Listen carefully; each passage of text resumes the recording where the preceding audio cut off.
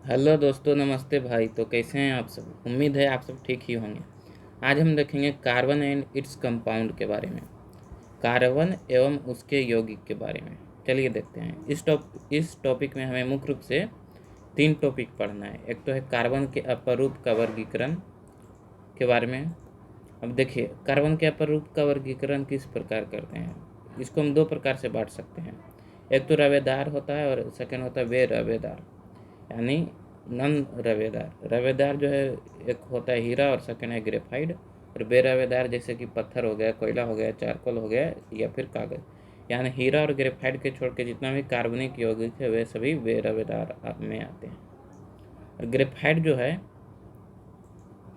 Graphite में जैसे Coke होता है और कार्बन गैस कार्बन होता है, यह भी ध्यान दीजिएगा। और हीरा जो है वह सफ़ेद और पारदर्शी होता है, जिसको कि कैरेट में मापते हैं। और 1 कैरेट बराबर होता है 0.2 ग्राम, यह भी ध्यान दीजिएगा। और हीरा का पूर्णांक होता है जो कि सबसे अधिक है 2.45। और ग्रेफाइट जो है वह काला होता है और यह जो है अपारदर्शी होता है, लेकिन हीरा पारदर्शी होता है। कोयला जो है वह तीन रूप में आता है। एक तो आता है पीट में, जिसमें 60% कार्बन होता है। और सेकेंड आता है लिग्नाइट में, जिसमें होता है 67% कार्बन। थर्ड होता है बिटुमिनस में, जिसमें 88% कार्बन होता है। और एक और आता है जो कि सबसे अच्छा कोयला होता है, वह है एंथ्रासाइट, जिसमें 94% कार्बन होता है। कार्बन के रासायनिक गुण के बारे में देखेंगे। कार्बन के रासायनिक गुण। कार्बन जो है ऑक्सीजन के साथ दहन होता है तो कार्बन डाइऑक्साइड बनाता है और ऊष्मा देता है। जिंक ऑक्साइड जो है वह कार्बन के साथ अभिक्रिया करके जिंक प्लस कार्बन मोनोऑक्साइड देता है। इसी प्रकार फेरस ऑक्साइड जो है वह कार्बन के साथ अभिक्रिया करके फेरस और कार्बन मोनोऑक्साइड गैस देता है। कैल्शियम ऑक्साइड जो है CaO जो है कार्बन के साथ अभिक्रिया करके कैल्शियम कार्बाइड बनाता है और कार्बन मोनोऑक्साइड गैस देता है। SiO2 जो है कार्बन के साथ अभिक्रिया करके सिलिकॉन कार्बाइड बनाता है और कार्बन मोनोऑक्साइड बनाता है। सिलिका जो है, इसको SiO2 को सिलिका बोलते हैं और Si को भी सिर्फ सिलिकॉन बोलते हैं। सिलिका और सिलिकॉन में अंतर है, यह भी ध्यान दीजिएगा। अगला पॉइंट आता है वह है कार्बनिक यौगिक के उपयोग एवं उसका महत्व। कार्बनिक यौगिक जैसे कि कृत्रिम रेशा बनाने में उपयोग किया जाता है, जैसे कि रेयॉन, नायलॉन या फिर डेक्रोन या फिर टेरिलीन, ये जो है कृत्रिम रेशा है। और इसी प्रकार कीटाणुनाशक बनाने में, जैसे कि DDT बनाने में। अब अगला पॉइंट है, अगला बिंदु इस चैप्टर में आता है, सेकंड बिंदु वह है अभिक्रियाशील समूह या फिर इसको बोलते हैं फंक्शनल ग्रुप और यौगिक के बारे में। यहाँ पे ध्यान दीजिएगा, फर्स्ट पॉइंट है इसमें फंक्शनल ग्रुप, उसके बाद यौगिक के बारे में पढ़ेंगे। एल्कोहल का जो फंक्शनल ग्रुप होता है वह होता है OH-, यानी इसको बोलते हैं हाइड्रोक्सिल आयन। इसी प्रकार ईथर जो रहता है वह O रहता है, डबल बॉन्ड O रहता है, यह भी ध्यान दीजिएगा। एल्डिहाइड जो है वह CHO रहता है सिंगल बॉन्ड में। कीटोन जो है वह डबल बॉन्ड CO रहता है। इसी प्रकार एस्टर जो है, यहाँ पे ध्यान दीजिएगा, कीटोन एस्टर या कीटोन जो हो गया, ईथर हो गया, ये दोनों जो है वह बीच में लगता है, यानी डबल बॉन्ड है इसलिए बीच में लगता है। इसका मतलब दोनों साइड इसमें जो है कुछ ना कुछ कार्बनिक यौगिक रहना चाहिए। लेकिन एल्डिहाइड हो गया, अल्कोहल हो गया, ये जो है लास्ट में भी लग सकता है। इसी प्रकार एस्टर भी है, जिसका सूत्र होता है सिंगल बॉन्ड COOR। आर यहाँ पे क्या दर्शा रहा है, आर जो है यहाँ पे मेथिल समूह को दर्शा रहा है या फिर एथिल समूह को दर्शा रहा है, ठीक है। एल्किल समूह को दर्शा रहा है आर यहाँ पे क्या होता है CnH2n+1 होता है आर, यह भी ध्यान दीजिएगा, आगे हम इसके बारे में बताएंगे आपको। एस्टर होता है COO डबल बॉन्ड। इसी प्रकार कार्बोक्सिलिक अम्ल जो है COOH होता है सिंगल बॉन्ड। एमीन होता है NH2 सिंगल बॉन्ड। और कार्बनिक यौगिक के बारे में जानेंगे। कार्बनिक यौगिक जो है वह मुख्यतः 3 प्रकार के होता है। एक तो होता है एल्केन, सेकेंड होता है एल्किन और थर्ड होता है एल्काइन। एल्केन का समान सूत्र जो है वह है CnH2n+2। इसी प्रकार एल्किन का समान सूत्र CnH2n। एल्काइन का समान सूत्र CnH2n-2। एल्केन में जैसे कि इसका उदाहरण हम देते हैं एल्केन के, एक होता है मीथेन। इसका नामकरण किस प्रकार करते हैं वो हम आगे बताएंगे आपको। मीथेन हो गया, जैसे इसमें एक कार्बन है, रूट वर्ड इसमें आता है कार्बन के अनुसार, तो एक कार्बन है तो मैथ, दो कार्बन है तो एथ, तीन कार्बन है तो प्रोप, इसी प्रकार आगे कार्बन बढ़ते जाता है, उसी प्रकार इसका रूट वर्ड भी चेंज होते जाते हैं। Meth, eth, prop, but, pent, hex, hept, oct, non, dec, इस प्रकार 10 हम बता दिए हैं, आगे आपको याद नहीं रखना है। मेथन जो है CH4 होता है, जिसमें कार्बन के चारों ओर हाइड्रोजन रहता है। जो सिंगल बॉन्ड इसमें दिख रहा है वहाँ पे हाइड्रोजन सभी में कर लीजिएगा ध्यान से। अब सेकेंड इसमें आता है इथेन, इसका सूत्र होता है C2H6, और इसी प्रकार प्रोपेन होता है C3H8। और एल्किन समूह में CnH2n समूह में फर्स्ट है वह है एथिलीन, या फिर इसी को बोलते हैं एथीन, यह भी ध्यान दीजिएगा। एथिलीन और एथीन एक ही है, जिसका सूत्र होता है C2H4। और सेकंड है प्रोपिलीन या फिर प्रोपिन, प्रोपिलीन या फिर प्रोपिन, जिसका सूत्र होता है C3H6। अब अगला आता है वह है एल्काइन, इसका समान सूत्र होता है CnH2n-2। एल्काइन में फर्स्ट है वह है एसिटिलीन, इसको बोलते हैं या फिर एथाइन बोलते हैं। एसिटिलीन और एथिलीन में अंतर होता है, यह भी ध्यान दीजिएगा, जिसका सूत्र होता है C2H2, इसमें ट्रिपल बॉन्ड रहता है, और एल्किन में जो है डबल बॉन्ड रहता है। और सेकंड पॉइंट इसमें है वह है मेथिल एसिटिलीन, या फिर इसको बोलते हैं प्रोपाइन या फिर मेथिल एसिटिलीन, जिसका सूत्र होता है C3H4, इसमें भी डबल बॉन्ड रहता है। अब एक और होता है वह है जैसे क्रियाशील समूह के बारे में भी हम जान लेते हैं यहाँ पे। जैसे कि एक होता है अल्कोहल, जिसका सूत्र होता है सिंगल बॉन्ड OH। अब इसमें जो है मेथिल अल्कोहल एक होता है, जिसका सूत्र है CH4O, जिसमें जो है ओ एक कार्बन रहता है और एक कार्बन के साथ हाइड्रोक्सिल समूह जो है जुड़ा हुआ रहता है, यानी OH समूह जुड़ा रहता है। एथिल अल्कोहल होता है C2H6O। इसी प्रकार नॉर्मल प्रोपिल या फिर अल्कोहल, नॉर्मल प्रोपिल बोलते हैं, या फिर इसको सिर्फ अल्कोहल ही बोलते हैं, जो कि आमतौर पर दारू के रूप में प्रयोग होता है, जिसका सूत्र होता है C3H8O। अब अगला क्रियाशील समूह आता है वह है ईथर। देखिए ईथर जो है डबल बॉन्ड O होता है, इसको जो है बीच में उपयोग करते हैं। जैसे देखिए डाईमेथिल ईथर, डाईमेथिल किस प्रकार, तो दोनों ईथर जो है डबल बॉन्ड O के दोनों साइड मेथिल समूह लगा हुआ है, इसलिए इसको बोलते हैं डाईमेथिल ईथर। इसी प्रकार डाई एथिल ईथर C4H10O, इसमें भी जो O है O के दोनों ओर जो है वह एथिल समूह लगा हुआ है, इसलिए इसको बोलते हैं डाई एथिल ईथर। कार्बोक्सिलिक अम्ल अब देखेंगे, जिसका सूत्र होता है सिंगल बॉन्ड COOH। इसमें एक आता है फॉर्मिक अम्ल, जिसका सूत्र होता है CH2O2। एसिटिक अम्ल भी होता है, वह होता है C2H4O2। अब एस्टर होता है डबल बॉन्ड COO, जिसमें जो है मेथिल फॉर्मेट इसको बोलते हैं, या फिर मेथिल मेथेनोएट भी इसको बोल सकते हैं, जिसका सूत्र होता है HCOOCH3। सेकेंड है इसमें मेथिल एसीटेट या फिर मेथिल एथेनोएट भी इसको बोलते हैं, CH3COOCH3। एथिल प्रोपिओनेट या फिर एथिल प्रोपेनोएट इसको बोलते हैं, जिसका सूत्र होता है C2H5COO, बीच में लगा हुआ है एस्टर, यहाँ पे ध्यान दीजिएगा C2H5। अब अगला गुण आता है वो भी आता है रासायनिक गुण। जैसे देखिए एल्केन जो है, जिसका सूत्र होता है CnH2n+2, ऑक्सीजन के साथ अभिक्रिया करने पर या फिर ऑक्सीजन की उपस्थिति में जलाने पर जो है कार्बन डाइऑक्साइड मुक्त करता है और H2O बनाता है और ऊष्मा भी देता है। अब इसी प्रकार एल्केन को ऑक्सीजन की उपस्थिति में जलाते हैं। यहाँ पे ध्यान दीजिएगा, यदि ऑक्सीजन के अपर्याप्त मात्रा है तो कार्बन मोनोऑक्साइड गैस बनता है, और अगर यदि जो पर्याप्त मात्रा है तो कार्बन डाइऑक्साइड गैस बनता है।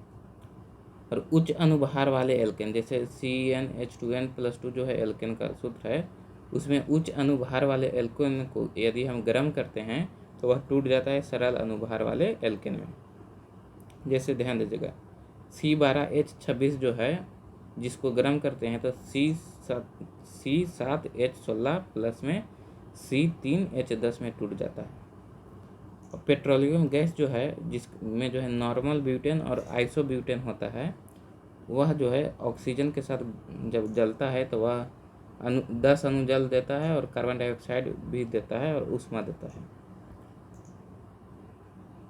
इसी प्रकार C4H10 जो है वह ऑक्सीजन की उपस्थिति में जलता है तो वह भी जो है कार्बन डाइऑक्साइड और ऊष्मा देता है और जल भी देता है।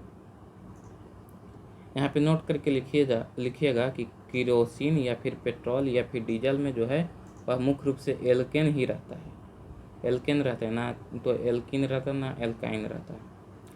कार्बनिक यौगिक के गुण, थर्ड पॉइंट इसमें आता है वह है कार्बनिक यौगिक के गुण के बारे में।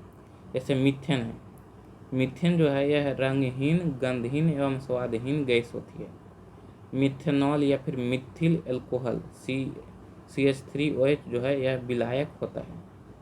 एथिल एल्कोहल या फिर एथेनॉल जिसका सूत्र होता है C2H5OH, जिसका जो उपयोग होता है वह दारू के रूप में उपयोग होता है। और यदि विषैला दारू जो रहेगा वह होगा मेथेनॉल या फिर मेथिल एल्कोहल, जो कि विषैला रहता है, इसको पीने से जो है आदमी मर जाता है। कार्बनिक अम्ल या फिर वसाम्ल जिसका सूत्र होता है सिंगल बॉन्ड COOH, इसका जो है उपयोग होता है साबुन बनाने में, इत्र बनाने में। इसी प्रकार एस्टर जो है सिंगल बॉन्ड COO और जो है इसका जो उपयोग होता है वह होता है आइसक्रीम में या फिर ठंडे पेय में या फिर मिठाई बनाने में। यहाँ तक जो है वह है कार्बनिक एंड इट्स कंपाउंड के जितना भी टॉपिक था वह यहाँ तक समाप्त हो गया। हम आगे देखेंगे इसका वस्तुनिष्ठ प्रश्न के बारे में। फर्स्ट क्वेश्चन है, कोयले के 3 रूपों में सबसे अधिक कार्बन की उपलब्धता किसमें रहती है? हम पीछे ही बताए थे कि सबसे अच्छा कोयला जो रहता है वह है एंथ्रासाइट जिसमें 94% कार्बन रहता है। अगला क्वेश्चन है, इथिन के बहुलीकरण से प्राप्त होती है। हम इसके आगे आने वाले चैप्टर में बताएंगे आपको। इथिन जो है वह इसका बहुलीकरण से पॉलीइथिन प्राप्त होती है। इसका शब्द से भी पकड़ लीजिएगा, इथिन जो है पॉलीइथिन प्राप्त होता है इथिन से। अगला क्वेश्चन है वह है एल्काइन का समान सूत्र है। एल्काइन का समान सूत्र जो होता है वह है CnH2n-2। Alkane alkyne, alkane alkene alkyne, third number पे आता है एल्काइन, इसलिए यहाँ पे -2 आ जाता है। अगला क्वेश्चन है वह है अल्केन श्रेणी के सदस्यों का समान सूत्र है, या फिर इसको एल्केन भी बोल सकते हैं। श्रेणी के सदस्यों का जो समान सूत्र होता है वह है CnH2n+2। एल्केन एल्कीन एल्काइन, तो फर्स्ट नंबर पे आ रहा है इसलिए +2 यहाँ पे रहेगा। मीथेन है एक एरोमेटिक हाइड्रोकार्बन या फिर एल्कीन या फिर एल्केन या फिर एल्काइन। मीथेन N लगा हुआ है लास्ट में तो एल्केन होगा, ठीक है। इन रहता तो एल्कीन होता। एरोमेटिक नहीं, एरोमेटिक क्या होता है वह जो है 11-12 में जाके पढ़ना है, वह आपसे नहीं पूछेगा। अगला क्वेश्चन है वह निम्नांकित में कौन एल्केन है? एल्केन का समान सूत्र होता है क्या? CnH2n+2। तो इस सूत्र के अनुसार कौन एल्केन है यहाँ पे चेक करना है। जैसे C2H4 2n ही सिर्फ होता है, यह एल्केन नहीं है। इसमें जैसे C3 तो गुना कीजिएगा तो नहीं, ये भी एल्केन नहीं। C3H4 भी एल्केन नहीं है। C7H16 तो 7 दूनी 14 और 2 16, हाँ यही एल्केन होगा। ऑप्शन नंबर C जो है एल्केन है। अगला क्वेश्चन है निम्नांकित में कौन युग्म समावयवी है? कौन युग्म जो है वह समावयवी है? जैसे देखिए यहाँ पे C2H5OH CH3OCH3 यह जो है समावयवी है। क्यों समावयवी है? तो इसका जो अनुसूत्र जो है वह समान है, लेकिन इसका जो संरचना सूत्र रहता है वह भिन्न भिन्न रहता है, यहाँ पे ध्यान दीजिएगा। अगला क्वेश्चन है क्रियात्मक समूह C+C वाले यौगिक है। इसमें जैसे देखिए डबल बॉन्ड है इस कार्बन कार्बन के बीच में, तो इसमें क्या होगा? एल्केन नहीं होगा, एल्कीन होगा, या जो है एल्कीन है, ठीक है। Single bond alkane, double bond alkane, triple bond alkyne, यह भी ध्यान दीजिएगा। निम्नलिखित में कौन एल्काइन का उदाहरण है? एल्काइन का क्या सूत्र होता है? एल्केन, एल्किन, एल्काइन यानी CN, इसका सूत्र होता है एल्किन का CnH2n-2। इसी के अनुसार यहाँ पे खोजिए, तो इसी के अनुसार यहाँ पे खोजने पर जो है, जैसे यहाँ देखिए C4H6, 4 दूनी 8 -2 6 आ जाता है, तो C4H6 जो है एल्काइन यहाँ पे होगा। अगला क्वेश्चन है, निम्न में कौन एल्किन का सदस्य नहीं है? एल्किन का कौन सदस्य नहीं है? जैसे C4H8, 4 दूनी 8 एल्किन, ये जो है सदस्य है। इसी प्रकार C6H12 एल्किन का सूत्र जो होता है वह CnH2n होता है, तो ये भी सदस्य है। C6H12 यह भी सदस्य है। C3H4 जो कि सदस्य नहीं है, यानी यही होगा आंसर, ऑप्शन नंबर डी। अगला क्वेश्चन है वह है, एक अनुसूत्र परंतु विभिन्न संरचना वाले यौगिक कहलाते हैं अपर रूप या फिर समावयवी या फिर बहुलक या फिर कोई नहीं। तो इसका जो राइट आंसर है वह है समावयवी, हम पीछे भी बताए हैं। अगला क्वेश्चन है, वसा अम्लों का समान सूत्र होता है। वसा अम्ल जो रहता है उसका समान सूत्र जो है COOH उसमें रहना चाहिए, लेकिन देखिए यहाँ पे CnH2n+2 है, ये जो है एल्किन का होता है, लेकिन एल्किल समूह रहना चाहिए। और COOH एल्किल समूह जो है CnH2n+2 से एक हाइड्रोजन कम रहना चाहिए, यानी CnH2n+1 COOH होगा वसा अम्लों का सूत्र। मीथेन के अणु की आकृति है प्लेनर, रैखिक, त्रिभुजाकार या टेट्राहाइड्रल। मीथेन का अणु जैसे देखिए, मीथेन होता है CH4 होता है मीथेन का अणु, तो कार्बन के साथ इस प्रकार रहता है हाइड्रोजन, यानी इसको जो आकृति बनता है वह है टेट्राहाइड्रल, ठीक है। त्रिभुजाकार नहीं बनता है, रैखिक नहीं बनता है, प्लेनर भी नहीं बनता है, 3 गो पैर रहता है और एक ऊपर रहता है, इसलिए इसका जो आकृति बनता है वह है टेट्राहाइड्रल। अगला क्वेश्चन है, अणुभार बढ़ने पर समावयवी की संख्या जो है बढ़ती है या फिर घटती है या फिर कोई नहीं या फिर सभी साथ है। तो अणुभार जैसे जैसे बढ़ता है उसी प्रकार समावयवियों की जो संख्या रहता है वह भी बढ़ता है। अगला क्वेश्चन है, C12H26 वाले एक हाइड्रोकार्बन को गर्म करने पर Ce8H18 आणविक सूत्र वाला एक तथा दूसरा हाइड्रोकार्बन बनता है। इस परिवर्तन में होने वाली प्रक्रिया को कहते हैं, यहाँ पे देखिए C12H26 यानी ये कैसा हाइड्रोकार्बन है, 12 दूनी 24 और 2 26 एल्केन है। इसको गर्म करने पर C8 8 दूनी 16 2 18 एल्केन ही बनता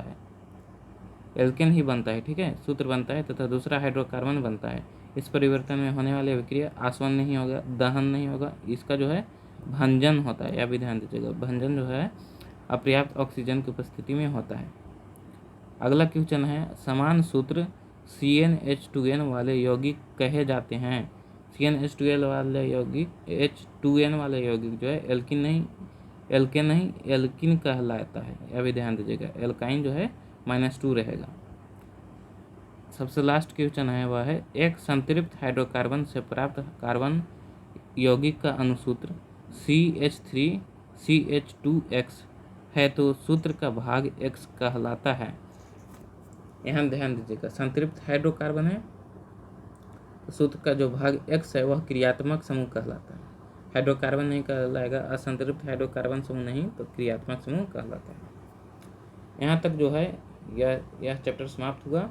अब आगे आने वाले वीडियो में देखेंगे हम,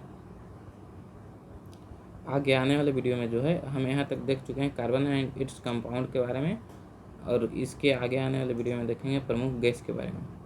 इसका PDF जो है इसी वीडियो के डिस्क्रिप्शन में लिंक दे देंगे, वहाँ से जाके डाउनलोड कर लीजिएगा और वीडियो को लाइक कीजिएगा और चैनल को सब्सक्राइब कीजिएगा।